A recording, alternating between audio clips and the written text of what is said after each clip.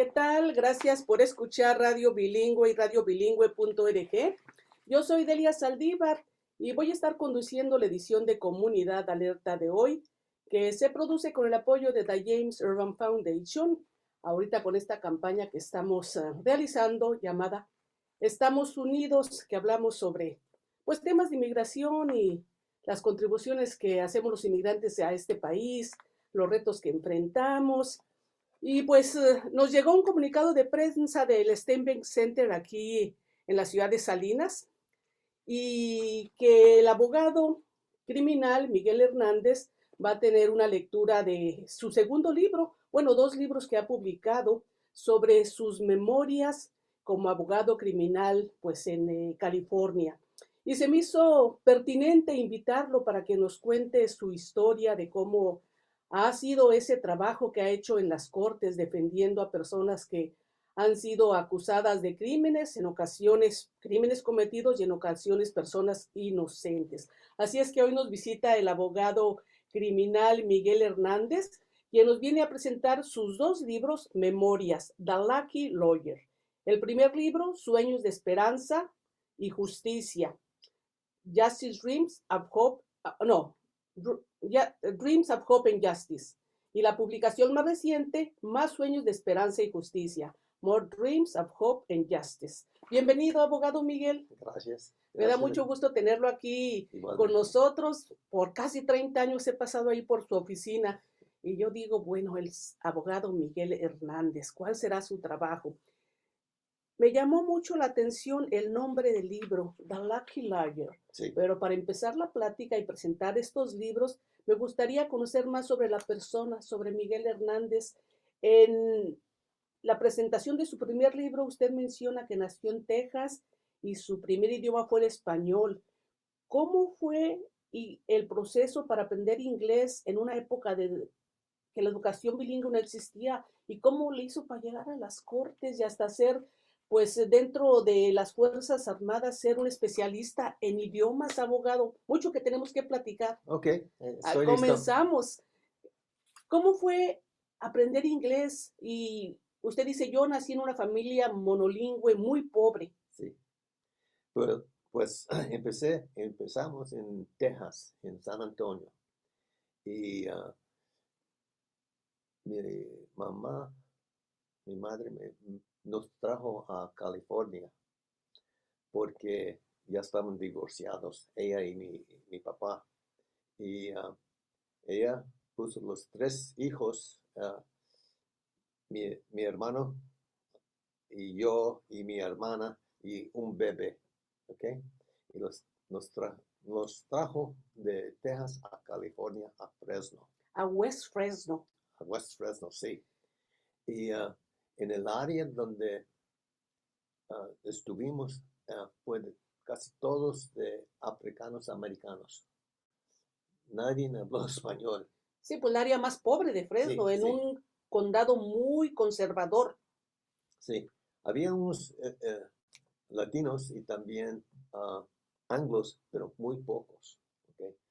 Y entonces todos mis amigos y todo, empecé con, y ellos no hablaban español y yo hablaba español, pero jugando con ellos, estando con ellos, cambié, perdí la habilidad de hablar en español y nomás hablé en inglés durante mi escuela y todo, y así pude entender y hablar inglés.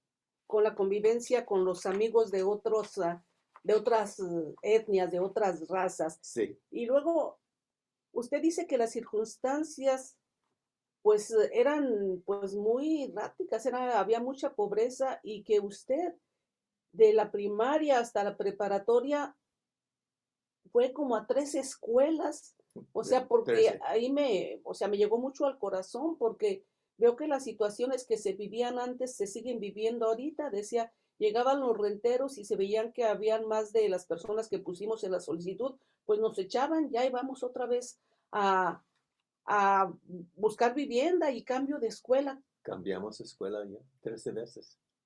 ¿Y qué pasó en usted para que no desertara de la escuela como tantos muchachos y muchachas que las circunstancias las obligan a dejar la escuela, abogado Ok. Miguel? Pues la cosa es que yo me gustaba mucho la escuela, los maestros, y pude cambiar, cada vez que cambiamos, pude ah, hacer lo mejor que pude en la escuela con los maestros, con los otros estudiantes. No tuve problema en ese, O sea, le gustó la escuela a usted y seguía ahí a pesar de las circunstancias tan exactamente. difíciles.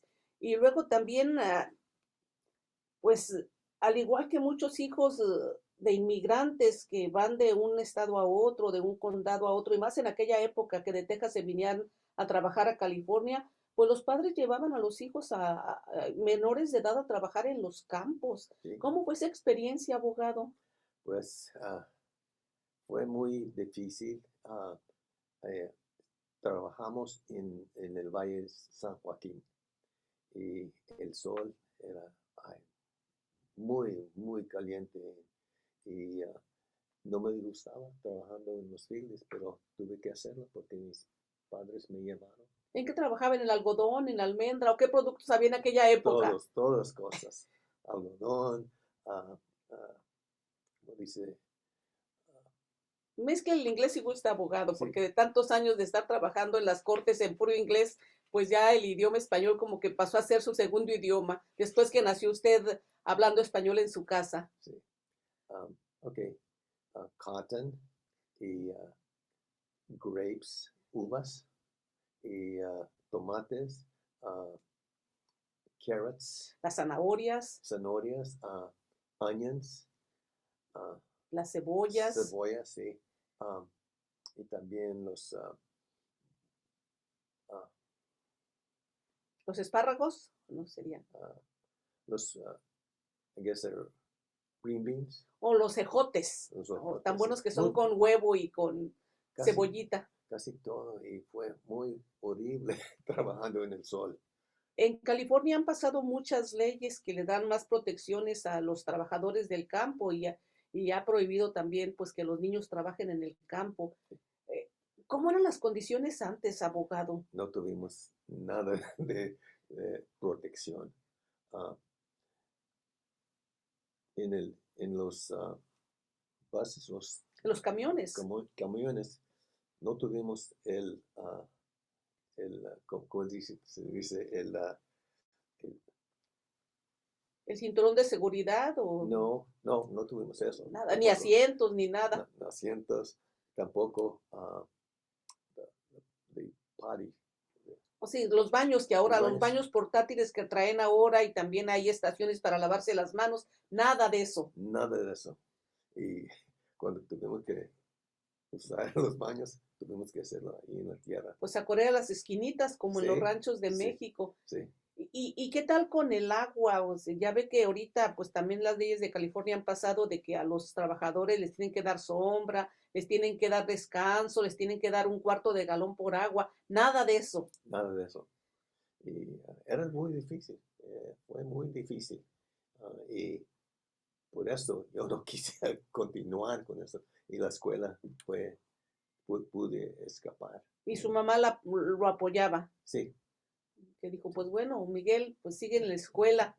sí, pues tuve mucha suerte en ese tiempo para que hice bien, muy bien en la escuela. Casi todos los grados ah, en la escuela los pude hacer bien. Ya, salía con A's y casi todos mis reportes tuvieron todas las A's.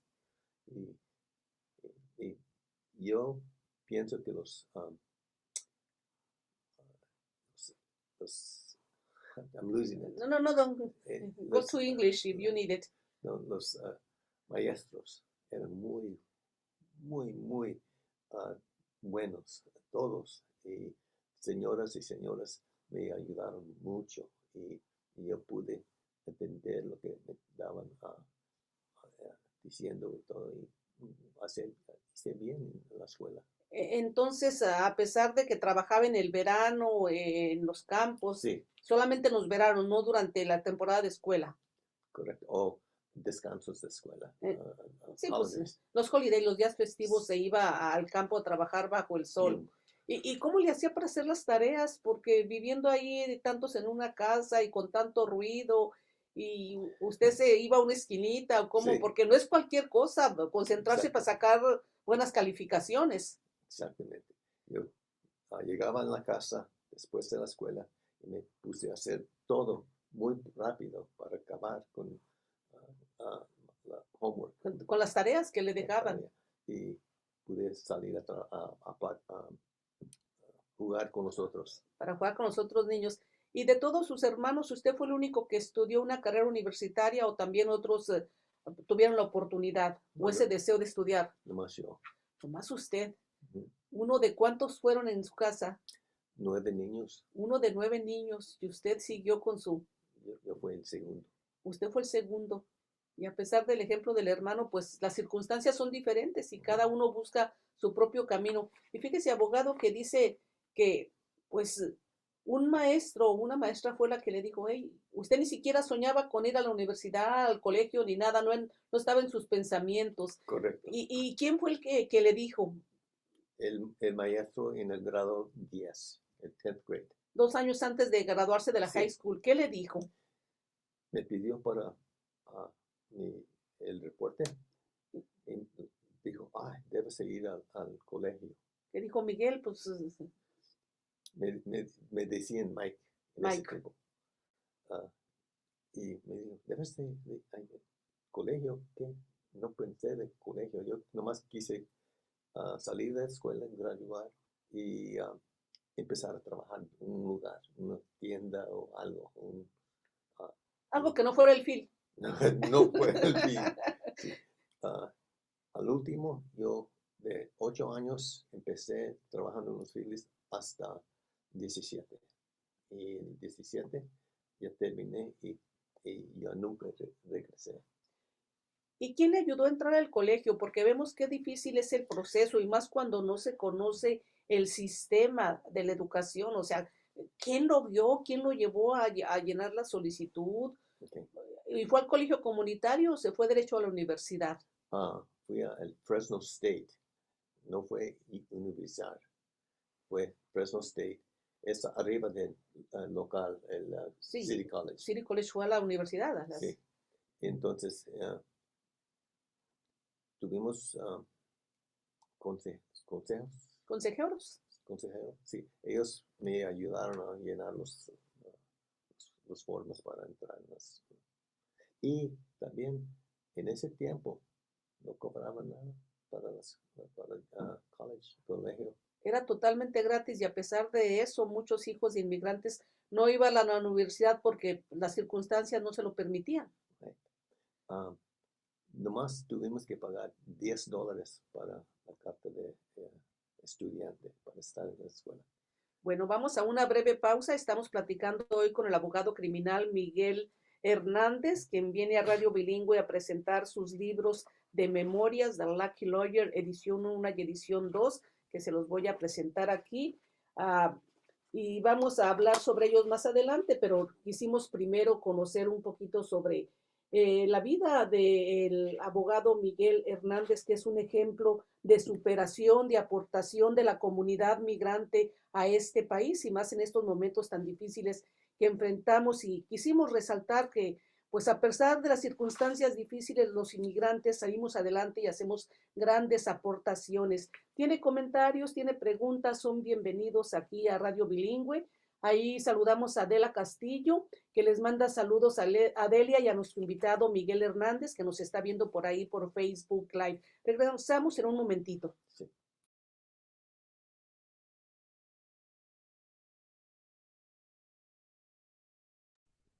Muy buenos días a todos ustedes. Gracias por acompañarnos en esta transmisión de Comunidad Alerta. Recuerden que es un programa de asuntos públicos que Radio Bilingüe tiene cada martes, miércoles y jueves a las 10 de la mañana. Agradecemos a aquellos que nos hacen comentarios en esta transmisión. Saludos, Adela. Gracias por el apoyo al programa. Hoy en día pues estamos hablando con el abogado criminal Miguel Hernández, que aparte pues nos está contando de cómo él por el amor a los estudios, ¿verdad? Que él continuó sus estudios después también de estar laborando desde su niñez, desde 8 a 17 años en el campo. Continuamos con más de Comunidad Alerta. Escucha Radio Bilingüe y radiobilingüe.org. Yo soy Delia Saldívar, aquí conduciendo la edición de Comunidad Alerta, este espacio de asuntos públicos que le presenta a Radio Bilingüe.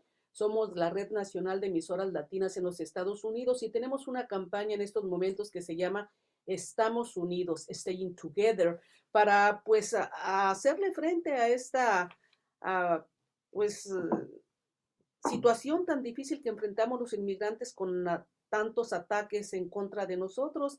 Y cuando nos llegó el comunicado de prensa que el abogado criminal Miguel Hernández iba a presentar sus libros, The Lucky Lawyer, el abogado con suerte, pues se me hizo pertinente invitarlo aquí a Radio Bilingüe para hablar sobre su historia, más de 45 años en las cortes defendiendo a personas acusadas de crímenes.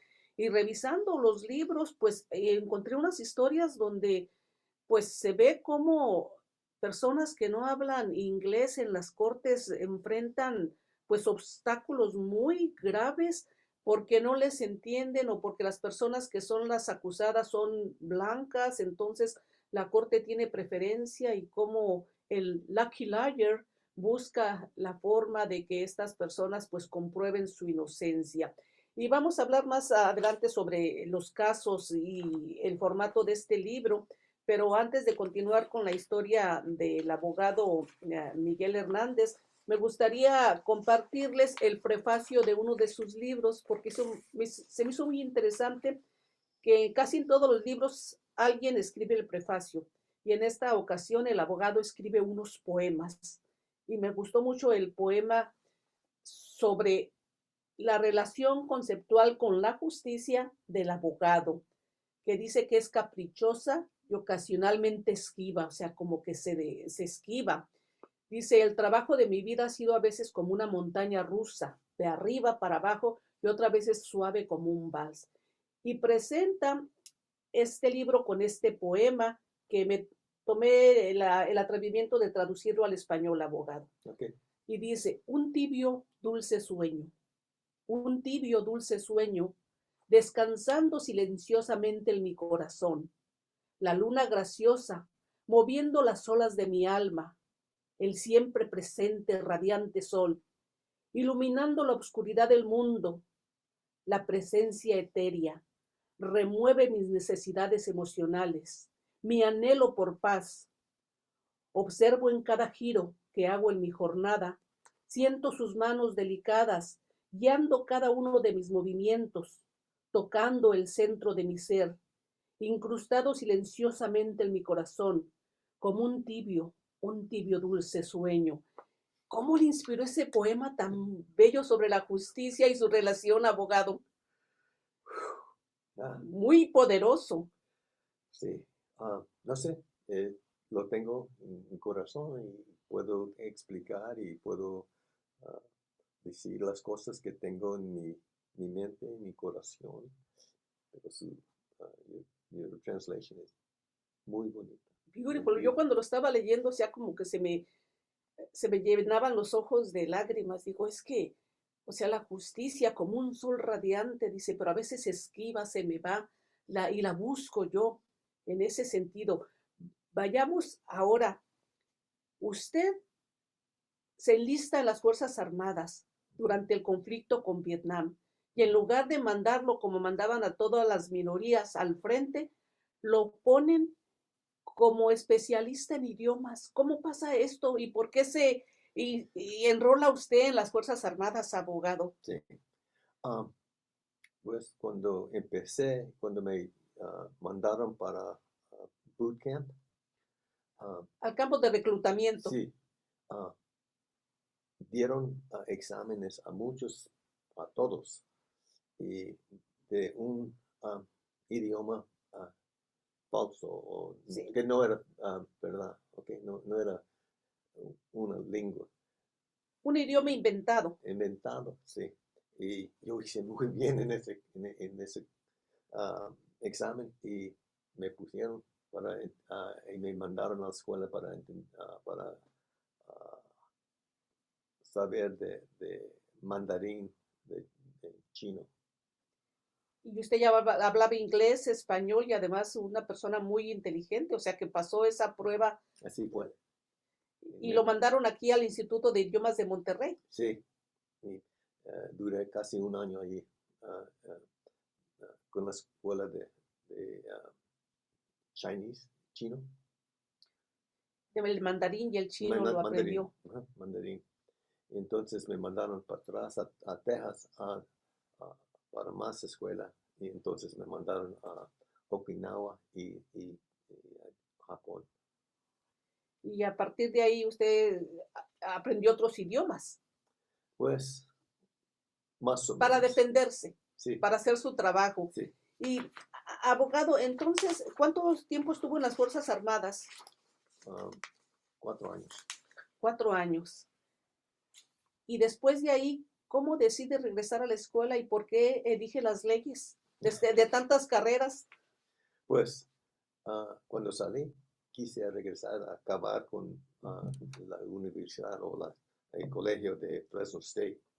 Y tuve nomás 2 años más para acabar, para tener O sea, como la educación general en sí, la universidad. diploma. Sí, estudié Political Science. Ciencias políticas. Y así gradué con eso. Y alguien mencionó, ¿por qué no pasas a la escuela de las leyes? Y yo no supe, no sé. Pues, ¿cómo yo? Y no, digo, tienes los grados muy bien, debes seguir. Digo, ok. Y yo fui y hablé con un consejero y ella me mandó mis aplicaciones a muchas Universidades. universidades y la Santa Clara me aceptó. Todas me aceptaron, pero Santa Clara me dio ¿Una beca completa o más oportunidades? scholarship. Sí, una beca. Una beca, sí. Que le pagó todo. Pagó todo de la escuela, pero no de vivir. Y allí está el reto. ¿Y se puso a trabajar medio tiempo? Sí, O... medio tiempo. Y hacer lo posible. Y pude graduar de la Santa Clara. Y salí y empecé. Anduve trabajando con un abogado allí en Los Gatos. Y cuando pasé el bar, State Bar. La barra de abogados. De abogados, sí. Me dio trabajo así, muy rápido. Pero era un trabajo de taxes. De hacer impuestos. En taxes, sí, impuestos. Y no me gustaba mucho. No, pues era muy monótono hacer ahí puros números, reportes reportes y moviendo dinero de los ricos. De los ricos y más en Los Gatos, en esas áreas. Sí, para proteger sus dineros, ¿okay? Pero no me gustaba. Entonces, una llamada llegó, un señor de aquí de Salinas me llamó y dijo, hey, queremos hablar con usted. O sea, se corrió la voz de que había un buen abogado que hablaba español. Pues, eso es lo que pensaban, que hablaba español, pero nomás pude platicar un poco de español en ese tiempo. Pero me llamaron y yo fui para entrevistar con ellos y no sé por qué. Mi esposa estaba contra, no quiso. Sí, y aquí en sus memorias dice, o sea, me llamaron y tuvo su entrevista, les gustó mucho. Yo dije, le voy a pensar. Y me ofrecieron el trabajo en 5 minutos de entrevista. Mi esposa me dijo, estás loco, porque tuve que aceptar menos de lo que ganaba ya, sí, manejando el dinero de los ricos. Sí. Me bajó de 500 por mes. Y en ese tiempo era mucho dinero. Entonces, pero de una manera u otra yo pude, estuvimos bien. Yo pude mantener la familia con comida y con todo. y hacer mi trabajo. ¿Y se movieron para el Valle de Salinas o se quedaron para allá ya con este nuevo trabajo? No, nomás duré en Santa Clara por unos 2 meses, todo. Entonces, llegué aquí para empezar el trabajo aquí en el 26 de enero de 1976. Wow, ¿ya cuántos años? ¿Van a ser casi 50? 50. 50 años que llegó aquí al Valle. El 26 de este mes van a cumplir Wow, 50. pues hay que hacer una gran celebración y qué bueno que está aquí con Radio Bilingüe para celebrar esos 50 años. Y entonces empezó a trabajar en la oficina del Public Defender. Sí. ¿Cómo fue su primer caso? Y el salto tan grande que dio de hacer impuestos a estar en una corte que son tan intimidantes. Sí, así fue. ¿Cómo se sintió? Y empezó a cambiar y a leer las leyes criminales, ¿no? Sí, correcto. Y no supe nada. No sabía nada de las leyes criminales. No más que aprendí en la escuela en Santa Clara. Sí, pero de los libros a la realidad es muy diferente. Muy diferente. Nomás las 2 semanas empezando, cuando empecé, por 2 semanas me llevaron a partes diferentes en las cortes. Y duré 2 semanas, pero no me dieron entrenamiento, nada. No me dieron, ¿cómo se dice? Instrucciones y nada. Y en un día, en el segundo juicio, semana, yo cumplí 2 semanas. Y empezando, yo llegué el lunes de la tercera semana y un abogado me dijo, aquí debes hacer este caso. Y me mandaron para abajo y yo no sabía cómo hacer un juicio. No, pues no tenía experiencia. No tenía ninguna experiencia, pero también lo hice. A lo que iba. Entonces yo fui, encontré al señor, el cliente, era un anglo de Swedish. De Suiza. Ajá. Y era de manejando tomado. Leí el reporte, no había nada en el file. En el archivo no había nada. No había nada, no testigos, investigación, no nada. Yo no, en ese momento no sabía qué hacer, pero cuando llegó el juez, yo tuve que contestar, listo. Wow, vamos a la segunda pausa y regresamos. Ese fue su primer caso y lo ganó, eso después de que regresemos. Okay. Y luego cómo dio el salto de ser un defensor público a irse a defender a las personas, pues, y ahora usted estaba del otro lado, ya no estaba como defensor público, sino acá protegiendo a los acusados. Vamos a la pausa y volvemos en un momentito. Estamos platicando aquí con el abogado Miguel Hernández, sus memorias que plasma en estos libros que publica y va a tener una presentación aquí en el Steinbeck Center, The Lucky Lawyer 1 and The Lucky Lawyer 2. Y me gustaron mucho los títulos cuando los leí. Sueño de esperanza y justicia es el primer tomo y el segundo, Más sueños de esperanza y justicia. Ya volvemos.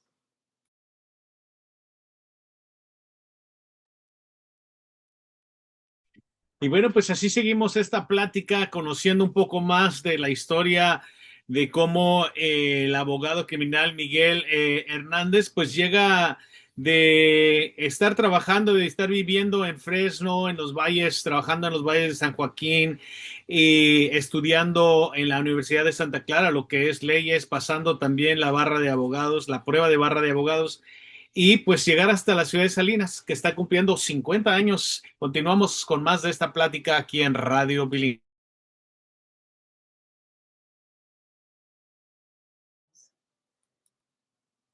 Gracias por escuchar Radio Bilingüe y radiobilingüe.org, por estar mandando sus mensajes aquí, de que les está gustando esta entrevista que estamos teniendo aquí con el abogado Miguel Hernández sobre sus libros The Lucky Lawyer el abogado con suerte, o yo diría el abogado suertudo. Así más coloquialmente. Soy Delia Saldívar, perdón, dejen tomar un poquito de agua, que está duro el frío. Soy Delia Saldívar aquí conduciendo esta edición de hoy. Chuy Ramírez está en controles técnicos, Mike Nelson está en controles, no, en Facebook Live ahí platicando con ustedes. Saludamos a Amanda, a Marcos y también a Nena que nos están escuchando por Facebook Live. También nos pueden llamar al 877-999-5432.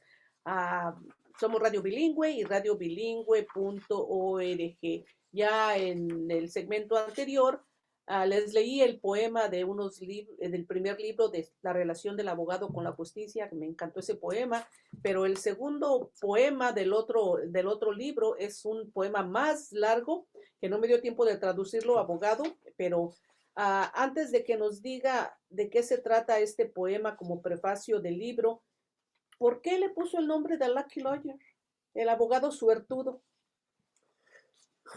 Pues porque no sabía nada, pero la suerte lo llevó. Me pusieron en las cortes y la suerte llegó con cada caso. Y tuve muchos casos en muchos juicios, y en cada caso algo pasó con mucha suerte y yo pude ver qué estaba pasando y usé eso para ganar el caso. En su primer caso me dice, o sea, pues no había nada en los archivos, nada más me aventaron ahí y yo veo a mi cliente y nos quedamos antes de la pausa, lo ganó, no lo ganó, y en la pausa usted me dice, es que para mí fue un milagro que yo haya podido ir a la universidad, que haya estudiado, y ahora usted lo considera un milagro y ahora considera una suerte el estar en las cortes. Sí, y con resultados muy buenos. Muchos clientes salieron no culpables, inocentes, y continuaron con su vida. Eran clientes de todos los casos, todos tipos de casos. Como el más grave son asesinatos. Gané esos casos también de violaciones sexuales. Muchas cosas, muchos casos de manejando tomado, porque mucha gente toma y están arrestados. Pero un parte en cada caso salió de suerte, de que yo pude ver que era caso que no estaba en los reportes, pero salió en la corte y yo tuve la habilidad de usar eso para ganar el caso. Y ganó el primer caso que lo mandaron de defensor público, nos quedamos en eso, ¿sí lo ganó? Sí, o sea, pues fue, me explicaron los abogados en la oficina que fue que gané el caso. Y yo le dije, pues... ¿Cómo lo gané? Sí, ¿no? Sí, no supe cómo hacerlo, pero también no pudieron los jurados llegar a un veredicto. No lo encontraron culpable o inocente, nomás se acabó. Y me dijeron, pues ganaste el caso. Entonces, ok, pero yo no supe cómo. Entonces, inmediatamente me dieron otro caso de una señora que estaba acusada de prostitución. Prostitution. Sí, de prostitución. Y también nada, el caso, no, los papeles no tenían nada de investigación, de testigos, de nada. Y yo tuve que ir a la corte y encontrar a la señora y empezamos. Y en ese caso, los jurados la encontraron inocente. Entonces gané ese caso. Abogado, ¿cómo funcionan las cortes? Perdón, ¿y en qué momento una persona que es acusada necesita un abogado? Porque estaba leyendo uno de los casos aquí, donde una persona, pues por tercera o cuarta vez lo pararon por DUI, y pues él dijo, yo quiero un abogado, y el oficial le dijo, no, pues no tienes derecho a abogado, pero ¿cuándo necesita un abogado y cómo funcionan las cortes?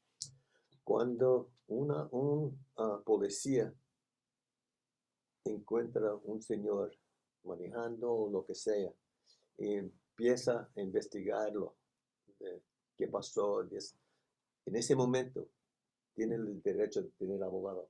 Tienen que decir, contestar, no quiero contestar preguntas, yo quiero abogado. Eso es el derecho que todos tienen. Y cuando van a la corte, el juez le pregunta, ¿qué quieres hacer? Pues quiero abogado. Y la corte tiene que darle abogado o él y ella tiene que emplear un abogado. Pero sí tienen el derecho de tener abogado. Entonces, cuando a alguien lo acusan de un crimen, cualquiera que sea, o sea, ya lo llevan a la corte, ya sea que le den un defensor público o uno por su cuenta ya busca un abogado privado. Los dos. Los dos. Sí. Yo empecé defensor público y después de 3 años yo salí y empecé de abogado en las calles. Independiente. ¿Y por qué se fue como abogado independiente de tener un trabajo ahí seguro, estable? ¿Veía injusticias o era el proceso muy...? No, habían 2 abogados latinos, mexicanos, que me querían ir con ellos. Y yo salí del defensor público a ir con ellos y estuve con ellos por 1 año. Entonces yo fui solo. Y salí porque el trabajo de ellos y de mí no estaban bien. Era difícil para hacerlos en esa situación. Entonces salí y el resto es historia. ¿No fue difícil conseguir clientes una vez que salió? No, no era. ¿Por qué? La cosa es que yo era el único mexicano, latino, abogado que llevaba casos criminales. Y todos que estaban arrestados de cosas llegaron a nuestra oficina. Y por eso yo tuve muchos clientes inmediatamente. Y hablando del idioma, ¿qué tan importantes son los intérpretes en las cortes o que el abogado que lo va a representar a uno hable su idioma? Porque estaba viendo aquí a un caso de este muchacho que trabajaba por allá en Carmel en este restaurante y lo acusaron de, pues, de violación, de asalto sexual. Y, o sea, era una persona muy tímida y pensaban que era por el idioma, pero no era porque era su personalidad. Y usted ganó ese caso también, o sea, porque era un caso muy enredado. Sí. Pero hay muchas veces que no sé cómo gané el caso, nomás que tuve suerte en el caso. Y salimos y los jurados dijeron que no, el fiscal no comprobó que lo hizo sin duda, que tenían dudas. Entonces tenían por ley encontrarlo inocente. Y porque usted hizo una investigación muy exhausta para cada caso, o sea, no lo hace a la ligera. Y antes de irnos a la pausa también hablamos sobre el segundo prefacio de su libro, que es para los trabajadores campesinos. Y es un prefacio, como le digo, un poema muy largo que no me dio oportunidad de traducirlo, pero ¿por qué dedicó este poema a los trabajadores del campo, abogado? Que se llama Son of the Fields, hijos de los campos. Era de explicar de que hay esperanza a todos. No le hace que tan duro cosas son. Tienen la habilidad, la posibilidad de salir de los campos. Y por eso lo escriben sons de los hijos de los campos. Hijos de los campos, sí. Y viviendo usted en Salinas, donde la mayor parte de la población es latina, y más en los 70s, que se acababa de terminar el programa Bracero, y había, pues, y luego pasó la amnistía, que empieza a llegar tanta gente. ¿Cuáles son los casos que ve usted que los latinos se enfrentan más, que son acusados y a veces erróneamente? Ok. Primero es manejando tomado. Casi todos mis clientes mexicanos los pararon de manejando tomado. Okay. Y también hay muchos que están acusados de violencia doméstica en la casa. Y hay muchos que le acusan de violación de niños. Esas son las tres cosas más que sufren más la gente. ¿Y no se le hace duro defender a personas que son acusadas de crímenes, abogado? Sí, es muy duro, pero cuando el cliente no quiere darse culpable, no quiere aceptar un trato y dice, estoy inocente, yo soy inocente, no lo hice, ¿qué puedo hacer? Llevarlo a juicio y a ver qué hay en el caso que puede salir una duda para ayudarle y para ganar el caso. ¿Le ha tocado representar personas que realmente eran inocentes, que eran acusadas falsamente y usted logró comprobar su inocencia? Vamos a aprovechar para saludar a Néstor Borjas. Saludos desde Sanger, California. Muy interesante plática con el abogado. Y porque vemos que en ocasiones sí personas son acusadas y son inocentes. ¿Ha logrado usted comprobar personas que realmente eran inocentes y fueron acusadas? Y más donde vivimos en una sociedad tan racista y más en estos tiempos aquí, antes los sheriffs y los policías eran todos blancos. Sí, casi todos. Y ahora se cambió, se ha cambiado mucho. Hay muchos sheriffs y policías que son latinos, mexicanos, o lo que sea. Pero sí, yo tenía muchos clientes que me dijeron, yo soy inocente, no quiero aceptar nada, yo quiero ir al juicio. Y hay veces cuando les decía, mira, las evidencias que tienen ellos se parece que lo van a encontrar culpable y debes de aceptar un trato para evitar prisión, para evitar cárcel en el condado. Ellos dicen, no, yo prefiero hacer el juicio. Entonces, ¿qué puedo hacer? Yo tengo que llevarlos al juicio. Usted nos dijo, bueno, en sus memorias relata, dice que yo me fui a defender a las personas porque vi que había injusticias, yo buscaba la justicia y porque sentía compasión. O sea, somos personas que en ocasiones hacemos actos, a veces por impulso, a veces irracionalmente, y todos necesitamos de una u otra manera ser defendidos, y por eso usted decidió pues irse a la rama de la corte criminal. Pues yo no supe que iba a hacerlo, no supe que iba a entrar en este trabajo, pero ya cuando empecé, yo encontré que era mi vida. Eso es lo que debía de hacer.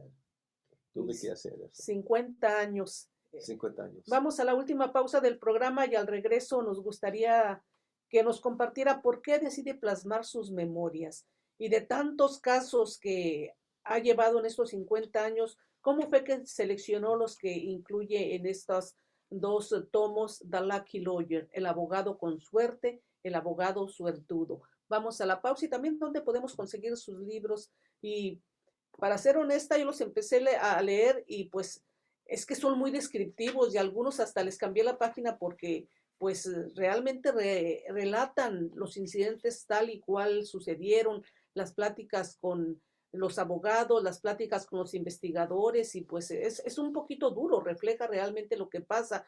Pero vamos a la pausa y regresamos después de estos momentos. Muchísimas gracias por estar escuchando esta plática que decidimos hacerla porque para honrar el trabajo del abogado Miguel Hernández, un inmigrante que dice fue un milagro que yo fuera a la universidad y que tiene 50 años aquí defendiendo a personas acusadas de crímenes en la costa central.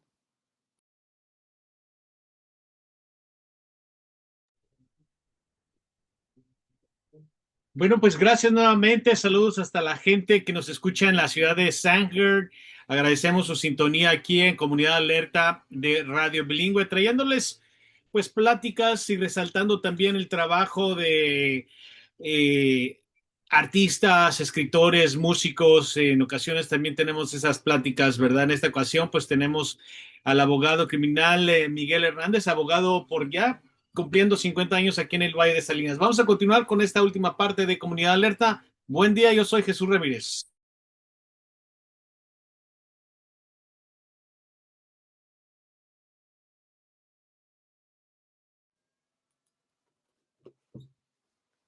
Estamos aquí en Radio Bilingüe, en esta edición Staying Together, estamos unidos, platicando con el abogado Miguel Hernández, y me corrige, yo no soy inmigrante, yo nací en San Antonio, Texas. Tiene razón, pero muchos inmigrantes, pues, enfrentamos los mismos obstáculos que las personas hijos de latinos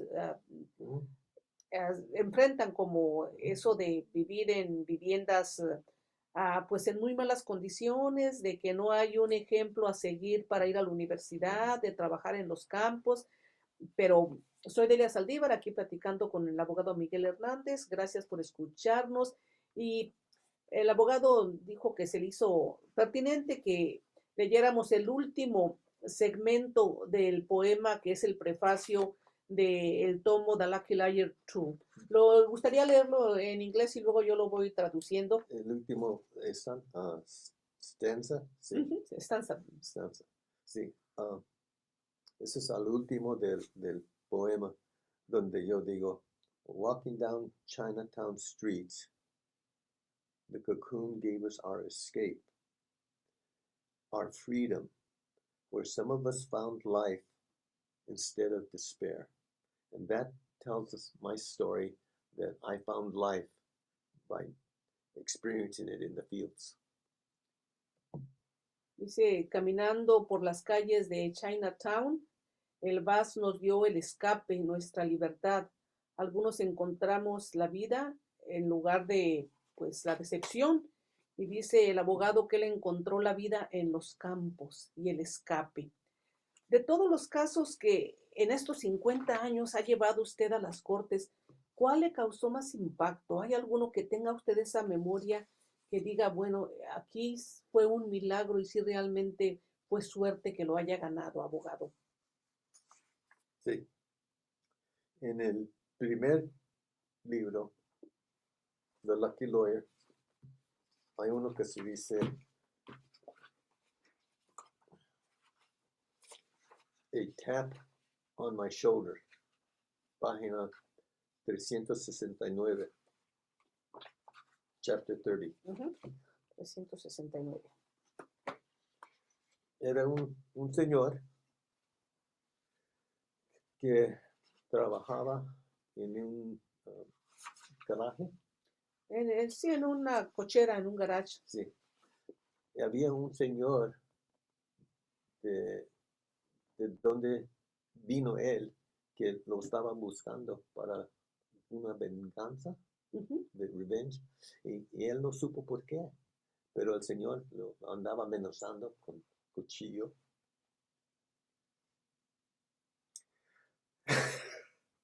Tome su tiempo, abogado. Yeah. Anyway, él no quiso nada que ver con ese señor, tener nada, porque él no sabía de por qué lo andaban ¿Por qué lo estaba buscando. buscando?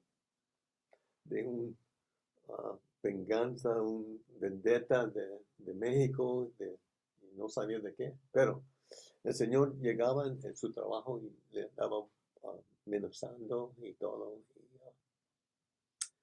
Él le pidió a su patrón un descanso y le dio permiso de estar fuera. Pero el señor regresaba buscándolo. Él le enseñó al patrón un cuchillo que tenía él, que lo andaba buscando. Entonces, ya después de como una semana, más o menos, él tuvo que regresar a trabajar porque tenía familia. Y todo fue bien. Entonces, el día de su nacimiento, birthday, de su cumpleaños. En su cumpleaños, ya digo, él salió para ir a comer pizza. Llevó su familia, su esposa y su hija. La hija tenía como unos 5 años. Y para celebrar su cumpleaños. Sus cumpleaños. Entonces, todo iba bien y él pensaba que ya no iba a encontrar al Señor. pero en Lo un, andaba vigilando el otro. ajá, pero algo pasó que un carro llegó encima de su carro, y miró que fue ese señor, y también tenía un pasajero, y él quiso escapar. Entonces se fue en la ciudad, en muchos lugares, y cambió calles, y dio vueltas, y bla, bla, bla. Y al último pudo ver, pensó que lo había perdido, Sí, ah, y parqueó en un lugar oscuro. Ah, entonces el señor llegó y salió de su coche. El señor sacó su arma y lo balanceó 2 veces ay, al señor, porque eh, se desmantió. Entonces se fue de allí muy pronto, muy rápido. Y, pero acerca de donde sucedió eso, había un policía. Él escuchó, él oyó unos 2 pasos. Ah, entonces miró el carro que salió muy rápido. Entonces él lo siguió y lo paró en como 1 milla o 2 millas. Y el señor confesó inmediatamente. yo le disparé. Ujú. Y entonces lo arrestaron. Y ah, la señora vino a mi oficina días, unos 2 días después, y me dijo de lo que había pasado, porque ella estuvo en el carro también. Entonces yo fui a la cárcel y lo entrevisté. Él andaba llorando. Y yo le dije, pues, mira, se parece que usted confesó inmediatamente. Evidencias, todo. Tienen todo, tienen el oficial que era testigo, él escuchó, y él lo miró, lo paró, y usted confesó. Se parece que es muy, muy duro para ganar. Él dijo, pues tuve que hacerlo, tuve que hacerlo. Defensa propia. Ujú, eso es lo que dijo. Yo le dije que iba a ser muy, muy difícil, porque no lo encontraron nada al señor. Okay. Ah, pero me pidió, andaba llorando. Entonces yo le dije, ok, lo puedo aceptar, pero no debes de tener esperanza que vamos a ganar, porque va a ser muy duro. Debemos hacer un trato con el Estado para salir de este caso, para no ir a prisión, o nomás para ir a cárcel aquí en local. Y él dijo que sí, lo tuve que hacer. Entonces preparé el caso, yo fui, investigué y todo. Y se parece que en el lugar donde había sucedió el caso, había un cuchillo en las bushes. Entre los árboles, entre los arbustos. Ajá. Entonces yo llamé a los policías para verlo. Entonces ellos sacaron el cuchillo.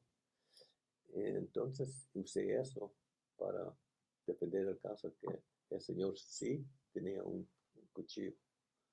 Ah, entonces fuimos al juicio, y el fiscal del condado era ah, muy bueno, era muy inteligente. Y cuando el señor dio su declaración, y el fiscal le hizo las preguntas, él no hizo muy bien, y le preguntó, pues el señor nunca le había hecho algo, ¿verdad? Nunca, bla, bla, bla. Y de qué era la vendetta, o La venganza. la venganza de México. Él dijo, no sé. Entonces fue el señor dijo con los jurados, decía, mira, él nomás pensó, y él no tuvo el derecho de matar a alguien, nomás que había algo. Pero cuando él declaró, le pregunté, en ese momento, cuando el Señor salió del carro, ¿qué hizo usted? Pues le Le disparé. disparé. Y le pregunté, y eso es muy importante, le pregunté, ¿y por qué?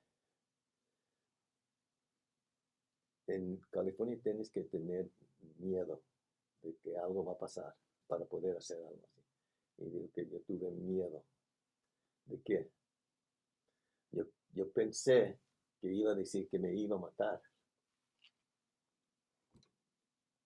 Pero él, llorando, gritó que pensaba que iba a matar mi hija. Ay, no, imagínese cómo se sentiría ese padre amenazado, ¿no? Abogado, y logró ganar ese caso. Sí. En ese momento me di cuenta de los jurados. Andaban llorando.